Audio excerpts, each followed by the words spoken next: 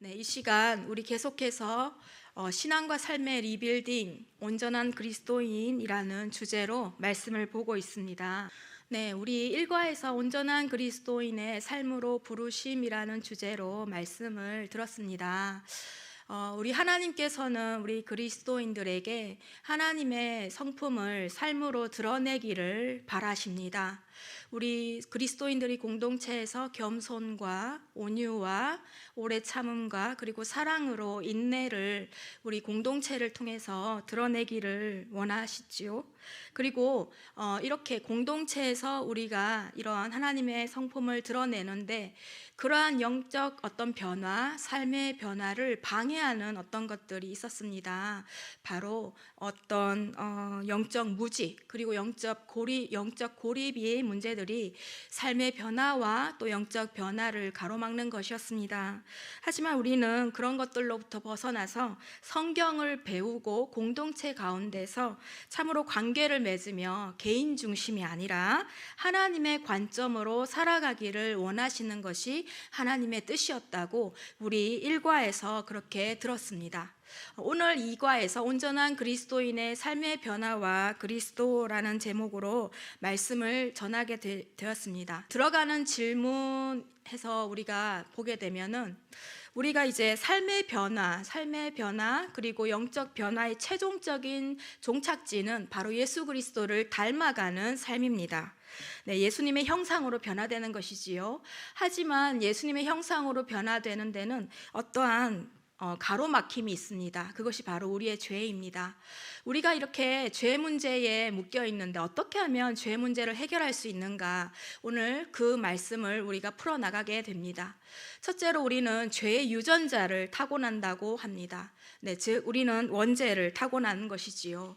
이 죄라는 유전자, 우리의 본성 안에 있는 원죄, 죄의 성향이 결국적으로 이제 온갖 범죄가 시작되는 그런 시작점입니다. 하나님께서는 이렇게 이 우리의 죄성, 우리의 이런 죄의 성향을 예수님을 통해서 완전히 해방시키셨습니다. 우리는 죄에 종속되어 있지 않고요. 우리는 죄로부터 해방되었습니다. 또한 우리는 죄로부터 그 죄의 형벌을 받지 않게 되어 있습니다. 우리는 이 문제에서부터 시작을 해야 합니다. 왜냐하면 우리는 죄로부터 우리 이 죄의 권세가 여전히 성도들을 붙잡고 있기 때문에 죄로부터 완전히 자유롭지는 못한 면이 있습니다. 그렇지만 우리는 기억해야 할 것이 하나님께서 예수를 통해 우리가 이 원죄로부터 해방되었다는 것, 우리가 더 이상 죄의 노예가 아니고 우리가 더 이상 죄의 영향 아래 있지 않다라는 것을 우리가 반드시 알고 이 예수님께서 십자가에서 이루신 이 일을 우리가 알고 이해하고 적용할 때에 우리가 이 죄의 문제를 넘어갈 수 있다고 말씀을 하고 있습니다. 우리의 삶의 변화를 위해 예수님이 하신 일들을 우리가 아는 것이 중요한데요. 첫 번째가 그리스도가 이루신 일입니다. 이것은 우리가 에베소서 오늘 말씀 읽었던 에베소서 4장 말씀을 통해서 그리스도가 이루신 일을 우리가 풀어갈 것입니다. 두 번째로는 그리스도가 이루신 일, 그리스도께서 친히 하신 그 일로 인해서 실제로 우리가 소유하게 되는 것, 어떠한 영적인 어떠한 것들을 우리가 소유하게 되는 것, 그것들을 우리가 보게 될 것입니다. 그리스도가 이루신 구속, 이 구속은 진리 안에서 우리가 진리를 알아야 되는데요. 이 놀라운 삶의 변화를 일으키신다고 되어 있습니다. 네, 오늘 에베소서 4장 7절에서 10절 우리가 말씀을 읽었는데요. 사로잡혔던 자들을 사로잡으시고 땅 아래 낮은 곳으로 내리셨던 만물을 충만하게 하려 하심이라. 바로 이러한 것들을 우리가 앞으로 보게 될 것입니다. 넘겨주십시오. 우리 예수님께서는 사로잡혔던 자들을 사로잡으셨다라고 에베소서 4장 8절에서 사도 바울이 이야기를 하고 있습니다. 바울은 시편 68편 18절을 인용하면서 이 말씀을 풀어가고 있는데요. 시편 68편 18절을 제가 읽도록 하겠습니다. 주께서 높은 곳으로 오르시며 사로잡은 자들을 취하시고 선물들을 사람들에게서 받으시며 반역자들로부터도 받으시니 여호와 하나님이 그들과 함께 계시기 때문이로다. 아멘. 이 말씀은 다윗이 바로 여부스 족속을 정복하였을 때 기념한 시편 말씀입니다. 적을 무찌르고 시온산으로 승리의 행진을 하는 그러한 모습들을 드러내고 있습니다. 사도 바울은 이스라엘 백성들이 바로 이 구약에서 시편에서 그 당했었던 그 일들을 묘사함으로 인해서, 이 전쟁에서의 사건들을 묘사함으로 인해서 그리스도가 우리에게 어떤 것들을 주었는지를 설명하고 있습니다. 하나님 그 이스라엘 백성들이 그 원수들로 인해서 원수들 적들로부터 그렇게 고통하는 가운데 하나님께 부르짖습니다. 하나님께 부르짖었을 때 하나님께서는 놀라운 은혜로 이 이스라엘이 적을 물리칠 수 있도록 도와주셨습니다. 그래서 다윗은 적군을 물리치기 위해서 이 다윗이 그 당시에 했었던 그 일들을 한번 떠올려 보면, 우리가 적군을 물리치기 위해서 상대의 성읍을 이렇게 에워싸고 방어벽을 쌓는 데까지는 많은 날들, 그리고 많은 수의 날들이 그렇게 걸릴 수도 있었던 그런 상황들이 있습니다. 큰 전투가 벌어지고 결국에는 적군을 물리칠 수 있게 됩니다. 암몬의 수도인 랍바를 점령한 요압은 다윗의 오른팔이었습니다. 이 장군이 이 큰 승리에서 다윗에게 이제 승리를 취하라는, 이 승리를 맛보라는 그러한 전가를 보내게 되죠. 전쟁에서 승리할 때 왕이나 장관들이 이제 이렇게 함께하는 것, 그 영광을 취하는 것이 중요합니다. 전쟁의 승리는 곧 왕이 그 능력이 더 많음을 나타내는 것입니다. 한번 생각을 해보면 다윗은 흰 말을 타고 선두에 나아가고 그 뒤로 모든 군대가 따르게 됩니다. 적들은 포로가 되어서 정말 모욕을 당한 채 그 맨 선두에 선 그 장군 왕을 따라서 성읍으로 들어가게 되지요. 그 뒤로 이렇게 나귀, 빼앗은 전리품들인 소, 그 다음에 노새, 금, 은, 이런 보석들을 실은 마차가 따라갈 것입니다. 왕은 이제 내가 전쟁에서 승리했다, 너희의 적은 완전히 전멸되었고 모욕을 경험하게 되었다, 이렇게 엄포를 하며 승리의 표시들로 이제 이 전리품을 백성들에게 나눠주게 됩니다. 오늘 본문에서도 그리스도께서 교회에게 선물을 주시고 계십니다. 이것이 바로 영적 은사입니다. 바울은 시편 68편을 인용하며 우리의 마음속에 왕이 와서 정복하는 것을 비유로 말씀을 하고 있습니다. 우리의 왕이신 예수께서 우리 마음에 오실 때 적들은 모욕을 당하고 우리는 선물을 받게 되는 것입니다. 예수님이 죽음, 죄, 사탄을 정복하실 때 그 승리의 증거로 성도들에게 성령의 선물을 주시는 것입니다. 시편 68편 18절의 요점은 전리품으로 받는 선물은 사람들에게 왕이 관대하다는 것과 대적을 크게 쳐부셨다는 것을 상기시킨다는 것입니다. 마찬가지로 우리를 향한 그 사랑과 십자가에서 승리로 예수님은 우리에게 사탄을 패배시켰음을 날마다 상기시키는 영적 선물을 주신다는 것입니다. 우리가 이 사실이 중요합니다. 우리 예수님께서는 우리에게 그것을 상기시키는 거 어떤 것입니까? 죄와 죽음과 사탄을 패배시켰음을 상기시키는, 우리에게 날마다 우리가 이겼다, 우리는 승리했다, 우리는 영적 선물, 그 은사를 받음으로 우리는 이 전쟁에서 이긴다라는 것을 우리에게 증거하고 계시는 것입니다. 두 번째는 이제 우리가 예수님께서 하신 일이 땅 아래 낮은 곳으로 내려가셨다라는 말씀입니다. 예수님 당시 유대인들은 죽음이 두 구획으로 나뉜다는 생각을 했습니다. 하나는 불의한 자가 죽으면 가는 곳이고 다른 하나는 의로운 자가 죽으면 가는 곳, 즉 지옥과 낙원이라고 되어 있습니다. 유대인들에 의하면 구약 성경에서 수올이나 무덤이 한 구획은 의로운 자, 한 구획은 불의한 자가 이렇게 나뉜다는 개념의 생각을 하고 있었습니다. 우리 누가복음 16장에 거지 나사로의 이야기가 나옵니다.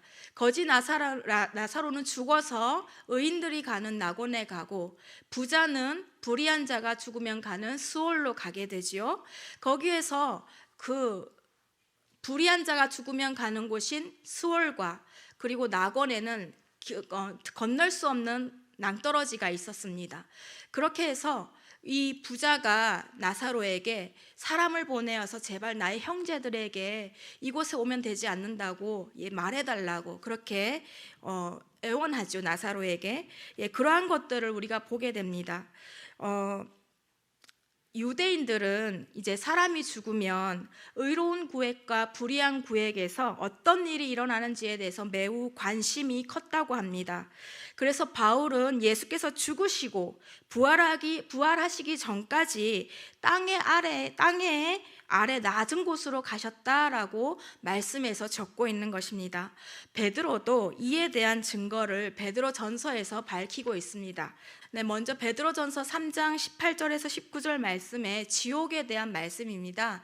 그리스도께서도 단번에 죄를 위하여 죽으사 의인으로서 불의한 자를 대신하셨으니 이는 우리를 하나님 앞으로 인도하려 하심이라. 육체로는 죽임을 당하시고 영으로는 살리심을 받으셨으니 그가 또한 영으로 가서 옥에 있는 영들에게 선포하시니라. 아멘. 여기서 중요한 말씀은 그가 또한 13절 말씀입니다. 19절 말씀입니다. 그가 또한 영으로 가서 옥에 있는 영들에게 선포하시니라. 여기에서 선포하다는 말은 복음을 선포하다라는 말이 아닙니다. 복음, 유앙겔리온, 복음 좋은 소식이 아닙니다. 이것은 승리를 선포하신 것입니다. 즉 불의한 자들에게 가서 예수 그리스도께서 전쟁에서 승리하셨음이 죄에 대한 심판이 임박했다라는 선포입니다. 하나님께 교만했었던 자들, 또 하나님에게서 돌아섰던 자들에게 지금 예수님께서는 찾아가셔서 너희에게 죄의 심판이 선포되었다, 이렇게 하나님 예수 그리스도께서 선언하고 계시는 것입니다. 다음 낙원을 보시면 이를 위하여 죽은 자들에게도 복음이 전파되었으니 이는 육체로는 사람으로 심판을 받으나 영으로는 하나님을 따라 살게 하려 함이라. 베드로전서 4장 6절 말씀인데 여기에서 복음은 바로 유앙겔리온, 기쁜 소식을 이야기하고 있습니다. 죽은 자들은 바로 살았을 때 복음을 듣고 죽은 사람들을 이야기합니다. 살았을 때 복음을 듣고 죽은 자들, 예수 그리스도의 그 복음을 듣고 믿고 죽은 자들에 대해서는 죄에 대한 심판을 직면하지 않는다라고 합니다. 즉 전혀 다른 미래를 맞이함을 우리 베드로가 이 말씀을 쓰면서 독자들에게 격려를 하고 있는 것입니다. 그러니 우리가 복음을 듣고 믿고 죽어도 우리는 심판에 이르지 않는다. 우리는 영원한 삶을 살게 된다. 이렇게 베드로가 독자들을 격려하고 있는 것입니다. 그러므로 바울의 이 말은 바울이 지금 이 에베소서 말씀을 적고 있잖아요. 그래서 영광의 왕이 하신 일이 죄와 사탄과 죽음이 심판을 받았다고 선포하는 것이고 그 후 예수님은 낙원으로 가셨다라고 사도 바울이 그렇게 적고 있는 것입니다. 예수님은 이어서 만물을 충만하게 하시는 일들을 하십니다. 만물을 충만하게 하셨습니다. 에베소서 4장 10절 말씀입니다. 우리 예수님께서 정말 땅 아래 낮은 곳 음부에까지 낮아지셨는데 다시 하나님께서 이렇게 천상의 하늘 그 보좌까지 예수님을 올리셨고 그래서 높임을 받으시고 계신 것입니다. 이렇게 높임을 받으심으로 우리는 예수 그리스도께서 만물을 충만하게 하시기에 충분하시다는 것을 우리는 알 수 있습니다. 요한계시록 5장 9절에서 13절 말씀을 제가 한번 읽어보도록 하겠습니다.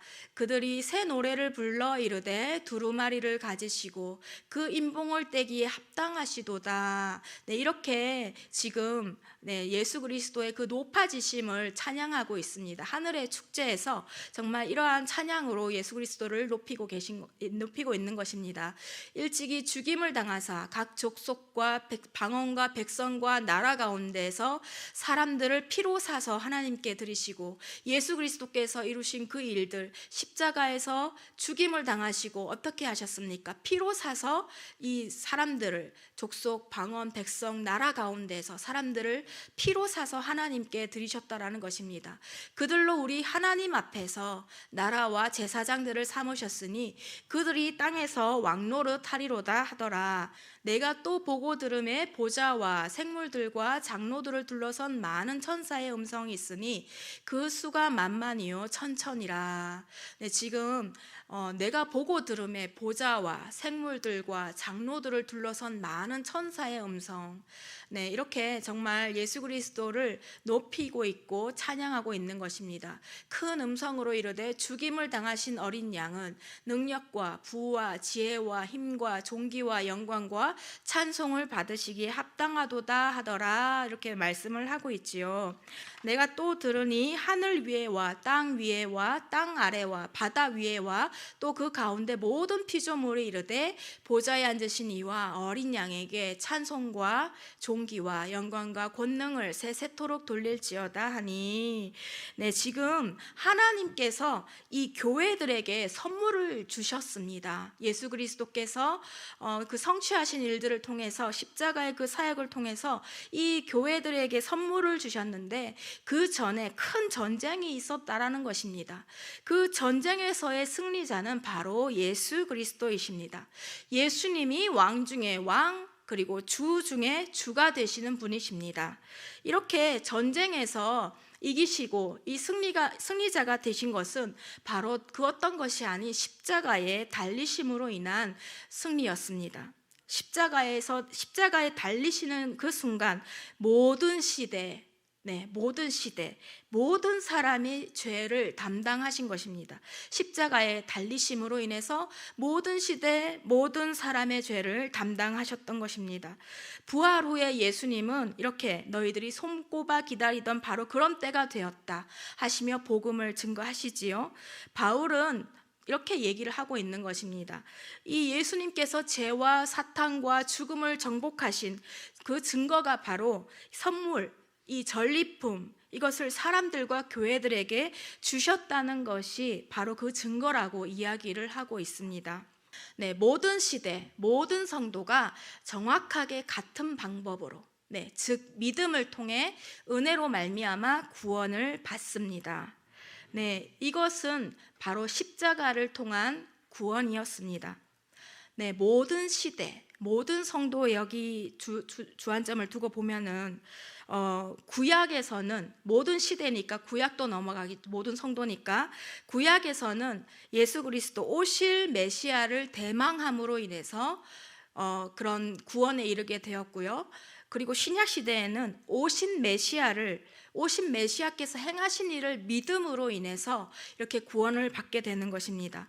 창세기 1장부터 요한계시록 22장까지의 모든 그 말씀 중에서 이 중심이 되시는 분이 바로 예수 그리스도이십니다. 사람들의 삶이, 우리가 지금 삶의 변화에 대해서 이야기를 하고 있는데 성도들의 삶의 변화가 일어나지 않는 이유 중에 하나는 예수님이 하신 일을 이해하지 못하기 때문이라고 말씀을 하고 있습니다. 예수님이 하신 일을 이해하지 못하게 되면 내가 무엇을 소유하고 있는지 알 수가 없게 되는 것입니다. 내가 무엇을 소유하고 있는지 알지 못한다면 내가 그리스도인으로서 그리스도인의 그 삶에 들어서서 하나님을 사랑합니다, 그분께서 내 삶에 들어오셨습니다 하고 열심을 내지만 결국은 제대로 된 성취를 이루지 못한다는 그러한 이야기입니다. 네, 삶의 변화 그리고 삶의 성장은 바로 진리에서 시작이 됩니다. 진리 안에서 행하려는 그 믿음이 있을 때 바로 삶의 변화가 시작된다라는 것입니다. 우리가 삶의 변화가 필요한 영역이 있습니다. 우리에게 비밀이 있고요, 우리에게 고통이 있습니다. 갈등도 있고 또 중독의 문제, 또 어떤 미움의 문제, 마음의 갈등들, 이러한 것들 어느 누구에게도 알려지기를 원하지 않는 것들이 있습니다. 하지만 하나님께서는 그러한 모든 것들로부터 우리가 해방되고 자유하고 변화하기를 원하시는데 우리가 성령께 간구함으로써 그러한 일들이 가능해지는 것입니다. 네, 우리 이제 B번으로 넘어가서 삶의 변화가 가능한 이유에 대해서 이제 이야기를 나눠보려고 합니다. 그리스도께서 죄와 죽음, 사탄을 이기신 정복자이시기 때문에 우리는 삶의 변화가 가능하다라는 것입니다. 새로운 삶을 살게 하는 능력이 그분의 죽음과 부활로 가능해졌다라는 것입니다. 여러분 이해하십니까? 새로운 삶을 살게 하는 능력. 이 능력은 다름 아닌 예수 그리스도의 죽음, 십자가에서 죽음, 그리고 그 이후의 부활로 인해서 가능해진 일입니다. 그 결과 세 가지가 따라옵니다. 네, 우리는 자유롭게 되었습니다. 새로운 삶을 사는 능력, 이것이 예수님의 죽음과 부활로 인한 그 이후로 우리는 자유롭게 되는 것을 맛볼 수 있습니다. 로마서 6장 17절 18절 말씀에 하나님께 감사하리로다. 너희가 본래 죄의 종이더니 너희에게 전하여 준 바 교훈의 본을 마음으로 순종하여 죄로부터 해방되어 의에게 종이 되었느니라 라고 말씀을 하고 있습니다. 그리스도께서 죽으실 때 우리는 죄를 이길 능력을 주셨습니다. 너희가 본래 죄의 종이더니, 그런데 죄로부터 해방되어 의에게 종이 되었느니라. 우리가 어디에 종이 되었다고 나와 있습니까? 의에게 종이 되었다라고 말씀에 나와 있습니다.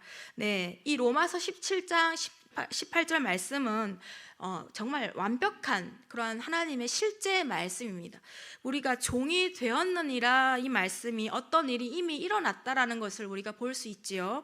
네, 의에게 종이 되었다라는 것은 너희가 정말 그렇게 변화되었다라는 말씀입니다. 실제라는 말씀이신 것입니다. 세 가지 중에 하나가 우리는 용서받았고 죽음을 이길 능력을 가졌다라는 것입니다. 네, 우리에게 중요한 것이 바로 이것입니다.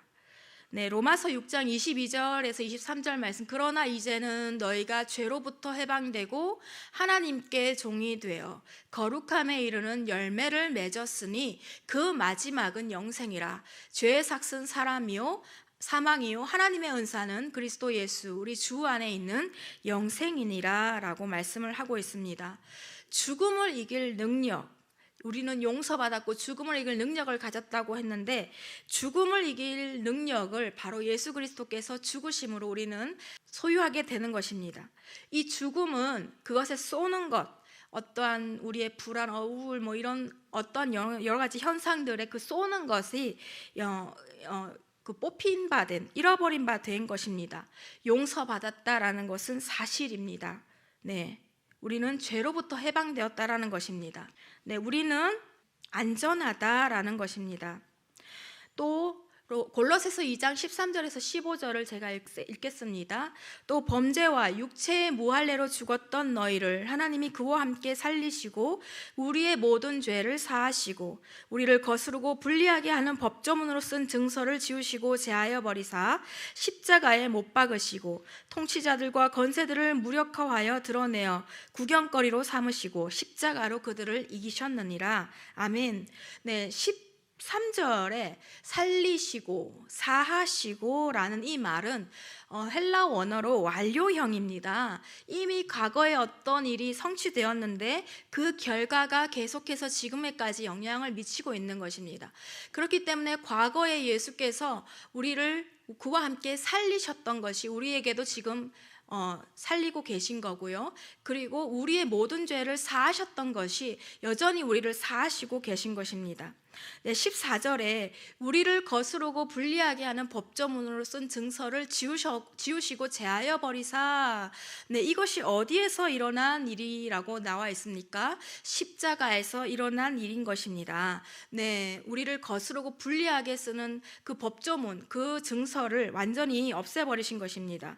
성금요일 그리고 부활주일 사이에 예수님은 사망을 무장 해제시키셨습니다. 예수님은 죽음에서 십자가에서 죽었을 때 죄가 덮였다라는 것을 우리에게 증언해 주시고요. 그리고 죽음에서 일어날 때 하나님의 자녀들을 사로잡았었던 그 사망의 권세는 사라지게 되었고, 죽었을 때 사망의 독침이 빠졌다라는 것을 우리에게 말씀해 주시고 계십니다. 우리는 이 안전하다라는 것이 더 이상 사망에 그리고 어떤 죽음의 그 두려움에 떨지 않게 되었다라는 것입니다. 우리는 왜냐하면 영원한 생명을 얻었기 때문입니다. 우리는 천국에 반드시 가게 되는 것입니다. 천국은 따놓은 당상인 거예요. 그래서 우리는 안전하다라는 것입니다. 이 모든 일들을 바로 십자가로 그들을 이기셨느니라. 십자가에서 우리는 우리의 그런 영적인 신분의 변화들을 목도할 수 있는 것입니다. 원리 1입니다. 삶의 변화는 언제나 클릭해 주십시오. 진리와 더불어 시작된다라는 것입니다. 진리를 알지니 진리가 너희를 자유롭게 하리라. 요한복음 8장 32절 말씀과 그들을 진리로 거룩하게 하옵소서. 아버지의 말씀은 진리니이다. 요한복음 17장 17절 말씀인데요. 그들을 진리로 거룩하게 하옵소서. 아버지의 말씀은 진리니이다. 이 말씀은 우리 예수님께서 마지막 만찬에서 기도하신 내용입니다.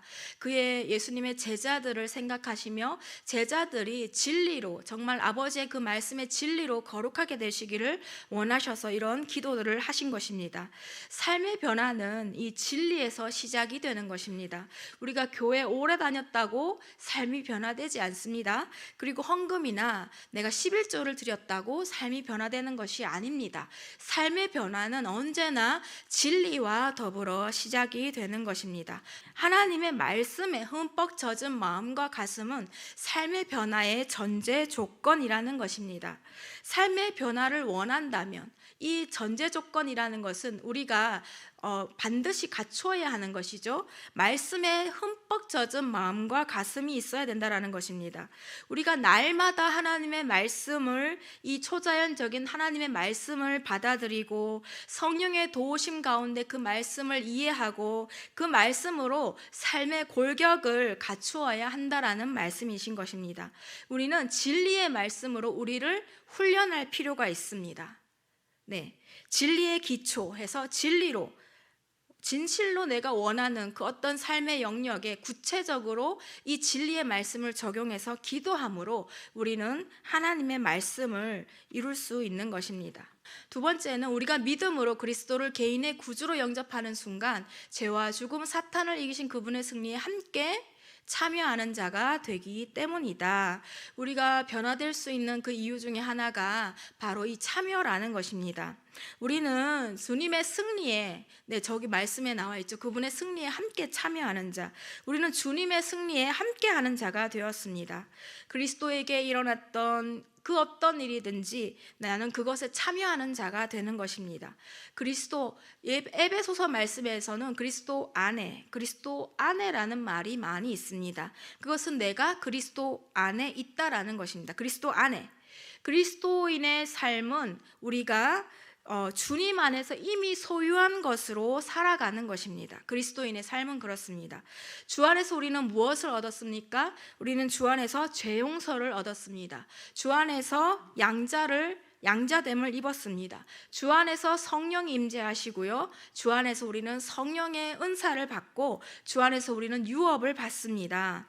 우리는 전지전능하신 이 창조자와 연합이 되었고 우리 주님께서는 우리를 사랑하는 자, 우리를 향해서 너를 사랑하고 위한다라는 것을 보여주시는 것입니다. 원리 2, 삶의 변화는 진리에 따라 행동하는 것을 요구한다라는 것입니다. 그러므로 예수께서 자기를 믿은 유대인들에게 이르시되 너희가 내 말에 거하면 참으로 내 제자가 되고 라고 말씀을 하고 있습니다. 거한다라는 것은 함께 산다라는 것입니다. 우리는 이렇게 진리에 응답하는 것이 바로 행동이라는 것입니다. 우리 주님께서 우리에게 요구하시는 것들이 있습니다. 내 첫 시간, 나의 첫 시간을 드리는 것, 또 내 수입의 첫 몫을 우리 주님께 드리는 것, 이것을 주님께서 요구하신다면 좋든 싫든 그분을 신뢰하며 따라가는 것이 믿음인 것입니다. 다음 넘겨주십시오. 믿음은 하나님께서 하신 말씀을 우리가 하고 싶든 하고 싶지 않든 행동으로 옮기기까지 그분을 믿는 것이 믿음이라고 하고 있습니다. 네, 우리가 이렇게 하나님의 말씀에 믿음으로 순종하기 시작하면 놀라운 은혜가 따라온다고 합니다. 순종을 시작하게 될 때 우리는 놀라운 일을 많이 경험할 수 있습니다. 믿음으로 말미암아 은혜가 쏟아지는 것입니다. 네, 삶의 변화는 믿음으로 진리를 따를 때에야 일어나기 시작하는 것입니다. 네, 우리가 구원받는 순간에 하나님께서 영적 은사를 주시기 때문에 우리는 변화될 수 있는 것입니다. 네, 우리 영적 은사는 이 사도 바울이 우리 성도 한 사람 한 사람이 섬기는데 꼭 필요한 재능, 어떠한 신성한 책임을 이야기하는데요. 우리에게 꼭 맞도록 고안이 된 것이라고 합니다. 영적 은사는 그러니 있어도 되고 없어도 되는 것이 아니고 우리 하나님께서 교회를 섬기는데 꼭 필요하게 주신 것이 영적 은사인 것입니다. 네, 원리삼 삶의 변화를 위해 하나님께서 선물을 주시지만 동시에 우리의 책임을 필요로 한다라는 것입니다. 이 책임은 이제 앞으로 3강에서 계속해서 다루어질 텐데요. 우리 교회인이 우리의 모험을 통해서 이 성령의 은사들이 어떻게 분배되고 우리 자녀들을 어떻게 닮도록 빚어가시는지를 아마 3강에서 얘기들이 되어질 것 같습니다. 네, 오늘 말씀의 결론은 그렇습니다. 우리가 예수님을 정말 어떤 일을 하셨는지 잘 알 수가 없었을 때는 우리가 진리로 거듭나지도 못하고 성장도 되지 않았었습니다. 하지만 우리가 하나님이 예수 그리스도를 통해서 이루신 그 일들을 알 때, 바로 알 때, 그리고 우리가 진리에 반응해 갈 때, 우리가 그 진리의 말씀을 받아들이고 응답해 갈 때 바로 이런 삶의 변화는 일어난다라고 볼 수 있습니다.